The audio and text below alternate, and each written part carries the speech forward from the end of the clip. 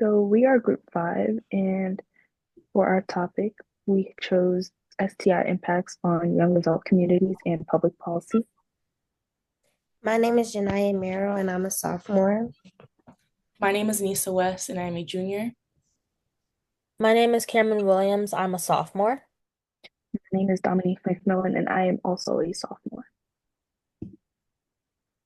For defining the public health issue, our research is going to be focusing on the increasing rates of sexually transmitted infections in young adults, highlighting their significance as a public health priority due to resource scarcity and insufficient awareness.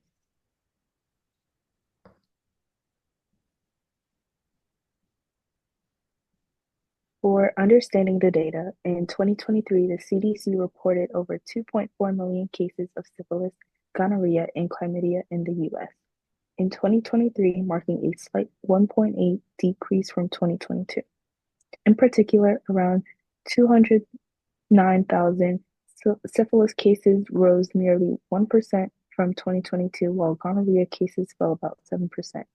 Although overall burden is still high, these findings show that the long rising STI epidemic is starting to decline. For disparities and determinants, the graphs reveal significant age and racial disparities in STI infections with young adults ranging 15 to 24 years old and Black non-Hispanic adults disproportionately affected. Rising congenital syphilis highlighting maternal health issues, policy measures needed include increasing telemedicine access, expanding partner therapy laws, and regularly testing young adults for STIs to address these inequalities. So, for our target population, we're focusing on young adults ages 18 to 24. This age range is important because this is when impulsive decision making is at its peak, especially around sexual health. A lot of choices at this age are influenced by the moment and not long-term thinking, which naturally increases risk. We also see higher STI rates in minority communities like African American, Hispanic, American Indian, and Asian populations.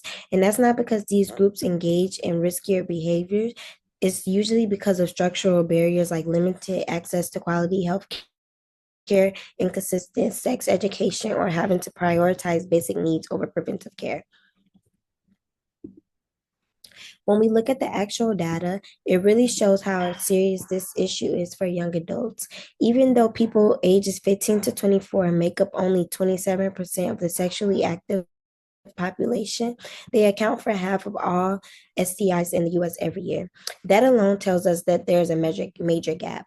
On top of that, 63% of new infections occur in people under 25, and teenagers by themselves make up around 3 million STI cases a year.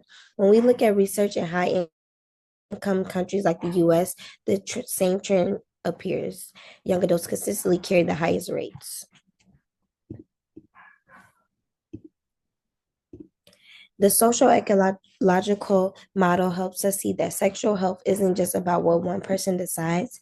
There are layers that influence someone, like what they know, who they're around, what their community provides, and what policies are in place. All of that shapes their decisions. So using the SEM gives us a clear picture of the real barriers young adults face and helps us figure out where we can make changes that actually matter, especially on the policy level. The choice of public policy was intentional because it addresses specific laws and regulations that can objectively improve lives. This project specifically stems from a common stressor experienced by young people when diagnosed with an STI. Much of this stress arises from the institutional hostility often found on enclosed campuses, where schools prioritize their outward image and forget about their currently admitted students. In addition, financial issues, policy influence, and education play a role since an STI is not a visible diagnosis like fatigue or hunger.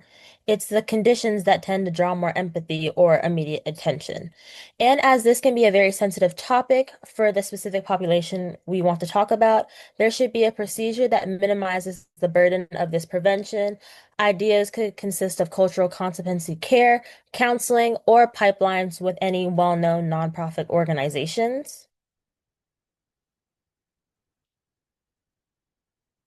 And in terms of the policy solutions, we created four, and the proposed policy solutions aim to remove barriers preventing young adults from accessing sexual and reproductive health care.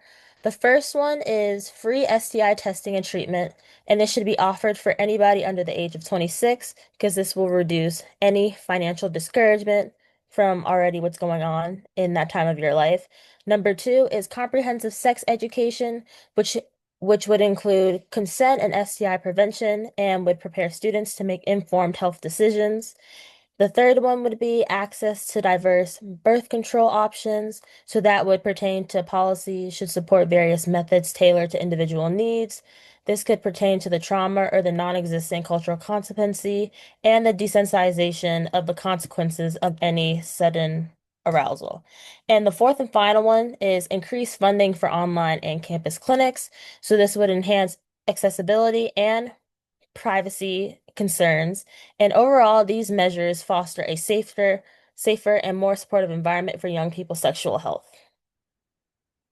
And regarding our implementation plan, we first start off with our setting, and the plan goes to the places where young adults already spend time, where they live, study, meet friends, or get medical help, or escape from reality, aka the internet, for fast entertainment.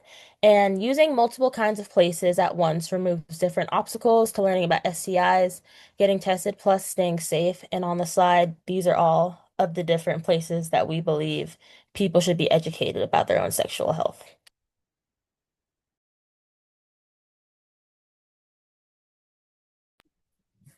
Sorry. Our overall goal for our plan is to lower STI rates in young adults by making sure they have the knowledge, access, and support they need. To get there, we set three main objectives. First is increasing STI knowledge by 30% in 6 months because education is the foundation. Second, increase routine testing by 25% in a year since so many STIs don't show symptoms. And third, increase consistent condom use by 15% in a year also. And together, these steps help young adults stay informed, get tested, and protect themselves in real time.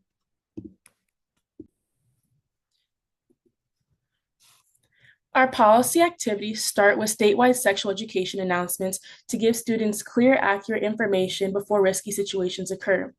Because college is a time of exploration, this guidance helps reduce impulsive decisions and protect student safety. We also require STI care to meet cultural competency standards so diagnoses are handled respectively and without reinforcing stereotypes. This ensures minority students aren't misrepresented and encourages open communication.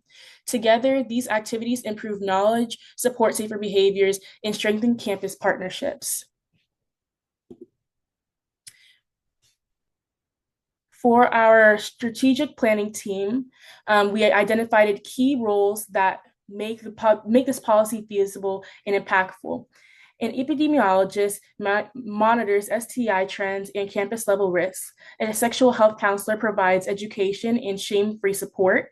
A state compliance officer ensures colleges follow requirements, while a university policy liaison manages communication between schools and accreditation boards. We also included a demographic sensitivity analyst to prevent stigma in minority groups, a campus mitigation officer to coordinate a confidential responses, and a behavioral insights coordinator who helps us understand student decision-making and guide safer behaviors. In our evaluation plan, we're tracking how often young adults use different testing options, like telehealth visits, at-home testing kits, on-campus clinics, because each one removes barriers such as stigma, cost, and transportation. We also monitor STI rates and measure how improved sexual health education influences knowledge and decision-making over time. To get honest and accurate feedback, we're using anonymous surveys, which help reduce shame and increase participation so we can truly understand students' testing habits and challenges. Since policy implementation, telehealth coordination, and curriculum revision require qualified experts to administer the system efficiently, we set aside the majority of our budget for staffing. since increasing access to testing is amongst the most evidence-based strategies to lower infection rates. Telehealth services and at-home testing STI kits additionally contribute significantly. We set aside money for outreach so that young individuals really use these programs, and we price resources to guarantee that schools obtain accurate curriculum revisions. Lastly, although evaluation and administrative expenses are lower, they are still required to monitor development and facilitate meetings between clinics and schools. In closing, our strategy focuses the reality of young adults sexually active but often underinformed and stigmatized. We reduced everyone's safety by requiring explicit teaching, providing funds for culturally competent STI care, and increasing telemedicine and at-home testing. This is sustainable, quantifiable, and prepared for implementation so that students may actually learn, test, and safeguard due to our budget and assessment strategy.